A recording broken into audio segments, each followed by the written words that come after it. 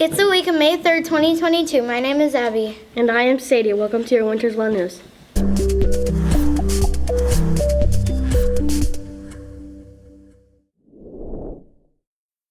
Last Thursday, the U.S. Fish and Wildlife Service, or FWS, announced that 6 red wolf pups had been born in the wild. That's great news for endangered red wolves and marks the first time these pups have been born in the wild since 2018. The litter of 6 pups was found in North Carolina's Alligator River National Wildlife Refuge. 2 of the pups are males and 4 are females, since only 15 to 17 red wolves are still living in the wild. Having 6 newborn pups is a huge deal.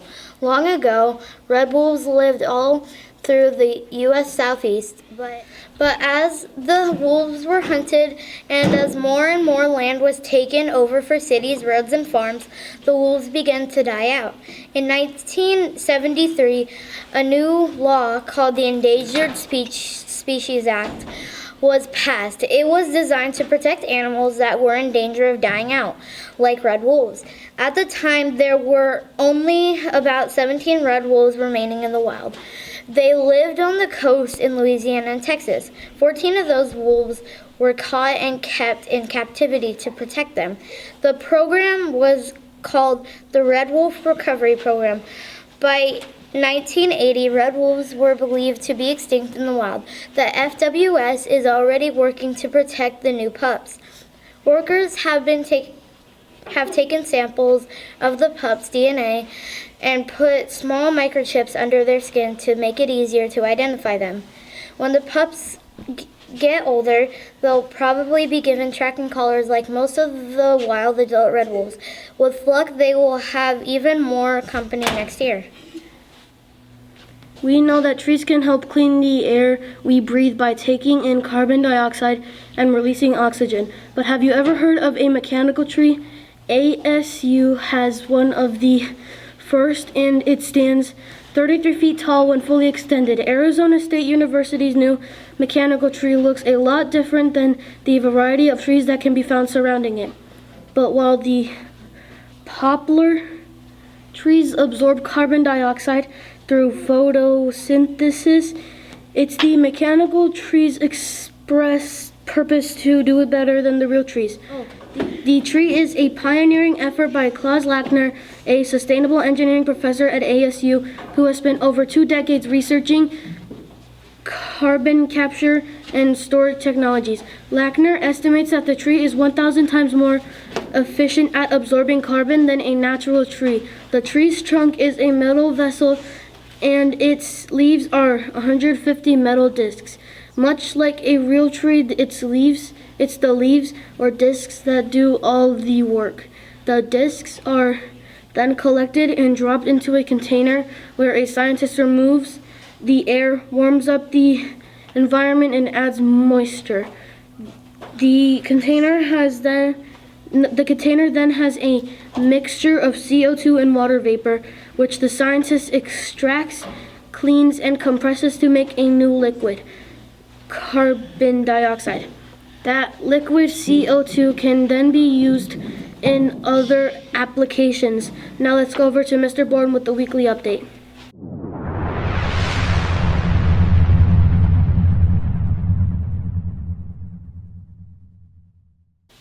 Good morning, Wintersville. This is Mr. Bourne, Principal. And what a year it has been. It has been a great year, and we are near the end. This is our last regular news broadcast. We'll have a couple more things coming up with Teacher Edition and some bloopers, some fun things like that. But this is really kind of the end. So students and staff, I want to say thank you so much for a great year. Students, we made it through a very, very successful run of tests. Galileo, the state assessments, DIBELS, all those things. Everybody really had good participation in that and a lot of good growth being shown. So let's celebrate. Let's celebrate all the good things that have happened with you guys this year. This is Teacher Appreciation Week, and so all you students, I want to make sure that you tell your teachers how much they have meant to you. Let them know the good things they have done for your learning and for your life. Let them know that you do appreciate them.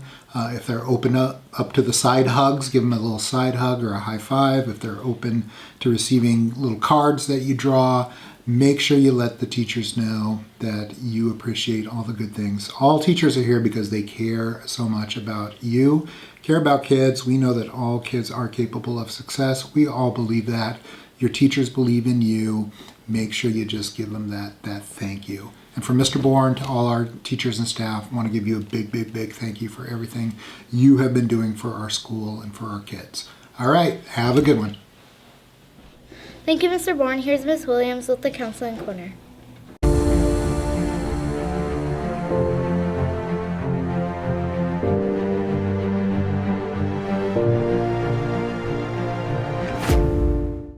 Hey everyone, it's a message from your counselor from the Counseling Corner, Mrs. Williams. All right, guys, so this month is going to be our last month for our theme, and this month's theme is creativity.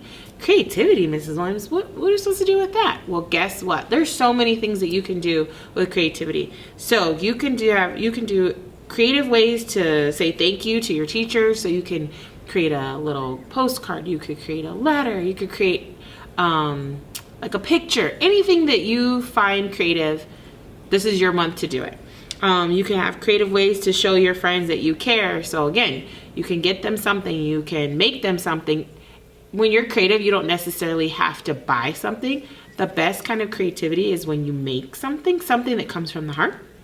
Also, creative ways to express how happy you are, because I am so happy that the weather is changing and it's starting to get nice outside, and now we can do like some swimming and some barbecuing. So just different things that we can do to show creative ways that we can show happiness for others. So I'm excited to hear and see all the creative ways that you guys come up with for the month of May, for the remainder of our school year. Just different ways to show your creativity. All right, you guys? All right, guys. So I will see you guys next time. Have a good week. Bye.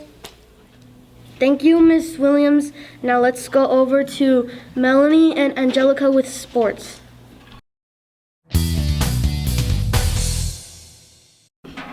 Welcome to sports. My name is Angelica. And I am Melanie. The Diamondbacks are currently 6-11 this season. They are struggling to get runs and currently have the fourth lowest total of runs scored in the league. This weekend, they will start a 9-game home stand, which will see Colorado, Miami, and Chicago all come to town over the next week and a half. The Arizona Coyotes season is officially over. They will be moving to Tempe for at least the next 3 to 4 years while they try to work out an arena deal. They have lots to pick in the upcoming drafts, so we will hopefully see some big improvements in the team over that time. The Suns have had a rough start to their playoff run. At the time of filming, the series is tied up 2 games apiece in what should have been a fairly easy match up against the New Orleans Pelicans. Devin Booker has been out with a hamstring injury. The team really needs to get it together and put a couple of wins to move on to the next round, giving Booker some time to heal. That is all for today. See you next year on Sports News. Thanks, girls. Here's Valentina and Zuri with Entertainment News.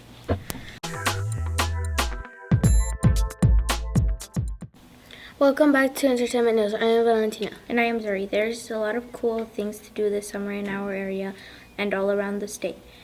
Let's take a look at some of them. First up, let's check out the BuckeyeAZ.gov website for all the events that are happening at the Buckeye libraries.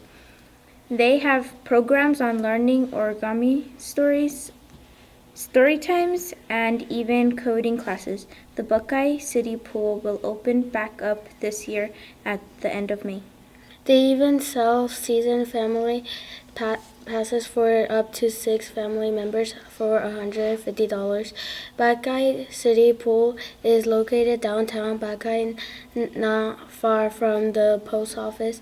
You can even get some beach time at one of the Arizona's several lakes or recreation areas on the Saw River. All you need is a day pass that you can be picked up at most Walgreens or grocery stores nearest to the lakes or river.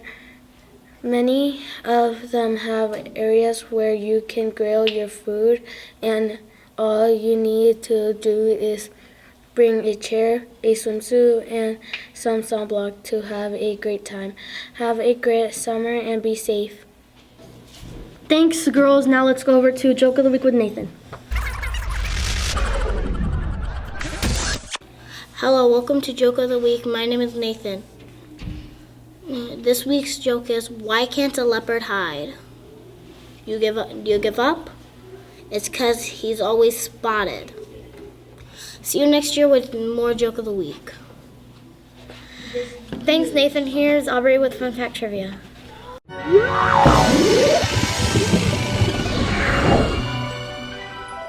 Welcome to Fun Fact Trivia. My name is Aubrey. Did you know that today, the 3rd, is National Teacher Appreciation Day? This day falls on the first Tuesday of May every year.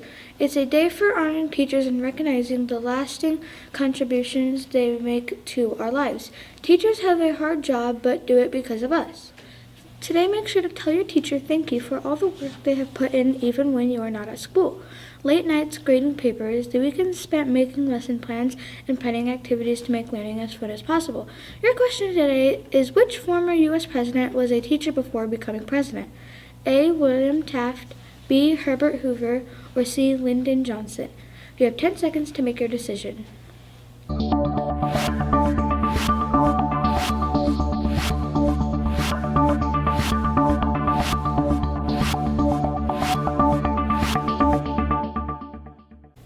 If you said C, Lyndon Johnson, you were correct. When he was in his early 20s, he taught at 3 different schools. Records report he was an excellent teacher and received many positive references. Fun fact, teachers might not always remember your name in the years to come, but they love to hear that they made a difference in your life and that you remembering being in their class. See you next year on Fun Fact Trivia.